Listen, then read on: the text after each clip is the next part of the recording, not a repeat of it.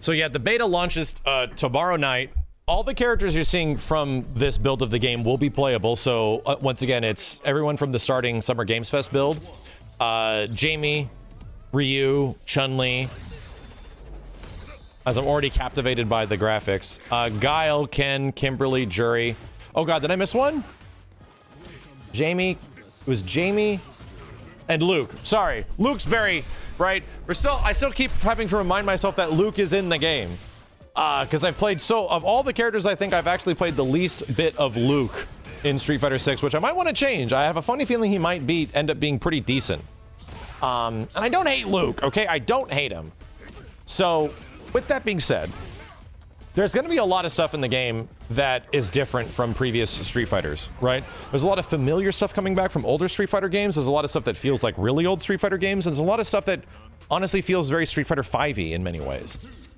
But I wanted to give some tips based on the time I've had with the game and what I've sort of been able to observe works and what is good in order to utilize against players if you might be playing the beta. So if anybody is going to be jumping into the beta, I got a couple of things that are going to be very important if you're going to be utilizing a brand new Street Fighter game and its mechanics.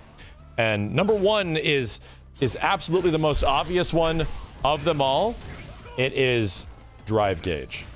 So understanding your drive gauge at the top is super important, and it's all the green bars that are at the top, and realizing how much stuff takes away from it and what eventually gives back to it is really important.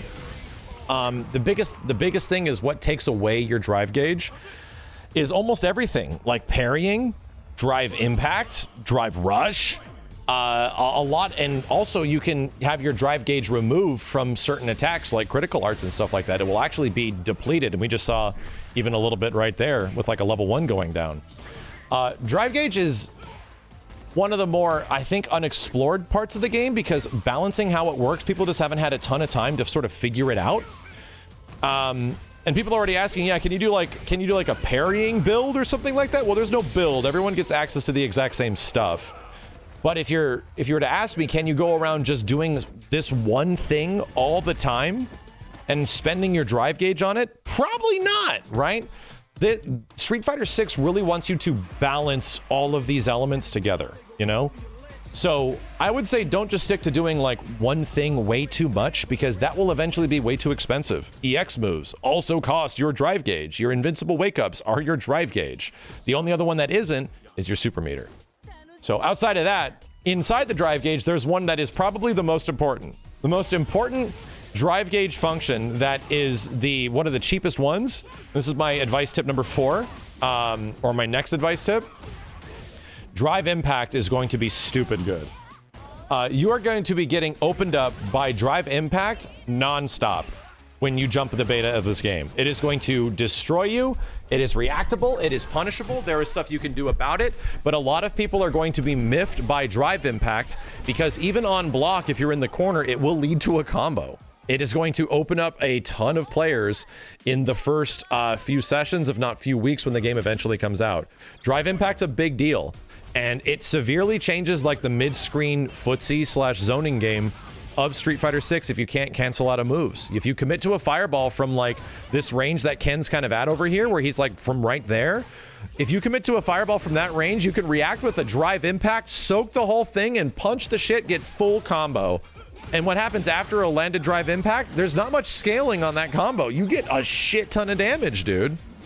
So it's very good, right? I have to remind everyone that drive impact can be, you can also cancel your normal moves into it. It's going to work a lot.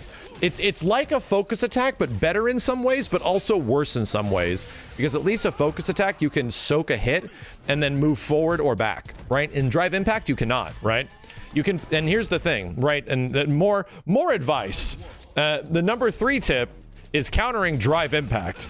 Because at that point, you know drive impact's good. You're going to want to be utilizing it. It's safe on block. It's really good, right? It's hard to break people out of it. So how do you break people out of drive impact? What the shit do I do? The best answer is to drive impact a drive impact. And everyone's going to next be asking, how do I drive impact? It's the 2 medium buttons, right? The medium punch, medium kick is your drive impact. So when you see somebody is drive impacting you, there's a huge splash and paint screen. And as soon as it happens, you'll immediately know what we're talking about. Right here, Ken just drive impacted Ken back. Literally like went through and then all of a sudden, right, was able to do something about it. So that's really important. Oh, did I say mediums? I think mediums actually are the parry, as YouTube is buffering. Thank you, YouTube. Mediums are the parry. I think drive impact was, I meant heavies, sorry. Heavy punch, heavy kick. So drive impacting a drive impact back is the most valuable thing. Because drive impact, once again, does not cost that much drive gauge. It costs like a bar. And if it successfully lands, you get a big chunk of it back too. It is reactable. I have to remind people, it might feel impossible to deal with at the start, but it is definitely reactable. And once you either drive impact them back, you get a full combo, or you can drive parry, but that is not as good. And that'll be my next tip, actually. The drive parry is not as good as drive impacting a drive impact. There are other things you can do. It only has 2 hits of armor, so on the 3rd hit, they will get knocked out. And if you do a level 1 or level 3 super, most of them have invulnerability. So even your level 1 super, if you're like completely lost all of your drive gauge at the top and you're on like a burnout state, you can do a level 1 super if somebody's about to drive impact you and you have no options, right? You're just stuck. You might, in those situations, have a level 1 to work with, which is very good. So that drive gauge is going to take a while to get back. It comes back only if you're like offensive, if you're colliding with the opponent, doing combos or blocking, right? There's ways to get your drive gauge to come back faster, but once you're burned out, it is a big issue. You're gonna get drive impacted hella hard in the corner because the corner leads to a full stun, as you have probably seen several times in a lot of this footage. So that's my next piece of advice. You can jump, right? You can jump, but it's risky. You might not, because you've had a because you have the ability to cancel drive impact from a normal, like a down heavy punch or something like that, you might not be able to jump out of it. You might just be stuck. So you have to respond with other things that are just as fast, which is a drive impact, you know? So the next piece of advice that I have to give everyone, because it is obviously one of the flashiest, sort of coolest looking things in the game, but it unfortunately is a very situational mechanic, is parry, aka drive parry, which does also cost drive gauge. Drive parry does give you back drive meter, but drive gauge is also returned if you successfully make impact with like parry attacks. But do you want to parry everything? You really don't. And I learned this in the first session of me playing a build of the game. Drive parry can be good, but it inherently isn't super good like the Street Fighter 3 series, right? If you're expecting 3rd strike level parries in Street Fighter 5, you're just not going to get that. It's not that kind of tool. And I've told people this several times, and we made a video about it not that long ago. You can more think of the parry stance as a stance. Think of it like it is a Mortal Kombat block button, right? You have to let go of block when you know things are done. You have to engage the stance, which will essentially cover you from high or low, so it's even better than a Mortal Kombat block button. That shit is very valuable. But the problem is that it has a lot of counters. Parry isn't an end-all be-all. It's something that is good for some situations, and the biggest one is that it starts up in like 1 frame. It's insanely fast. So if you properly time things, yeah, more like a smash shield, because it has the same elements of a smash shield, where it's got the perfect parry, right? Smash shield is kind of, I think, the better example than the Mortal Kombat block button, because smash shield covers you high or low. So it almost functionally works the same, right? It works like a smash parry as well. So, does it come with huge caveats? Yes. The biggest downside of the parry is that if somebody doesn't attack you, you are left wide out in the open, and you have a recoverable solid like 15 to 20 frames, meaning that you're in a punish counter state, which is like a new counter state that the game has, where you can take a lot of damage. And if you chose to parry, that is giving the opponent a big opening if you did not actually successfully parry anything they're doing. So do not parry.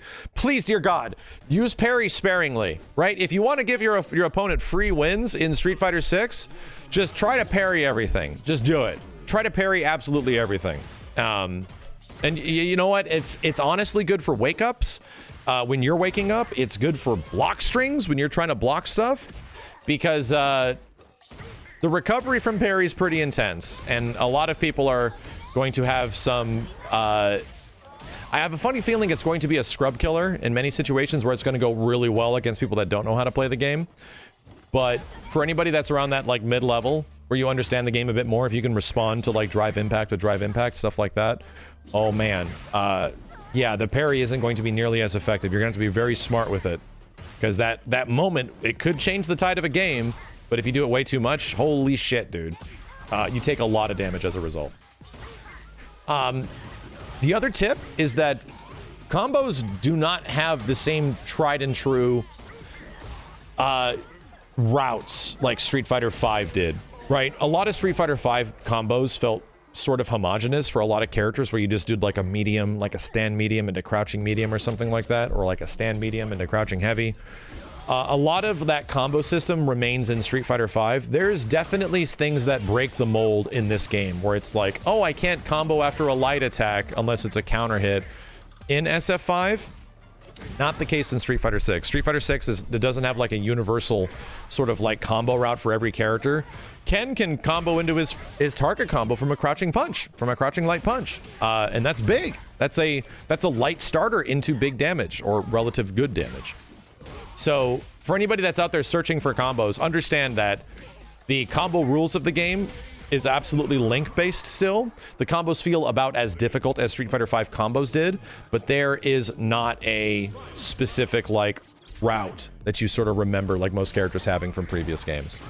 So I would say practice with what characters can do from their target combos, practice with what characters get from counter hits, which is going to be a big deal. And also practice what characters get from drive cancel, which is that rush in green stuff. That gives you a very severe amount of frame advantage. Like, you get so much more things that you can do afterwards. And there's a great example I think I saw from Ultra David, that there's a lot of things in this game, right? It isn't just figure it out and you're good to go. There's going to be a lot of stuff that people are going to mess with and try to figure out over the next few days as the beta goes live. And I truly hope that for people that like fighting games and like exploring stuff as much as, you know, I do and other people do, to try to figure stuff out, because it feels like the developers specifically gave us enough tools and weird combinations of mechanics on mechanics to allow weird shit to happen in this game that's a bit more than most fighting games that you've played, at least one-on-one fighting games. And that's fantastic. That's actually a very, very good thing.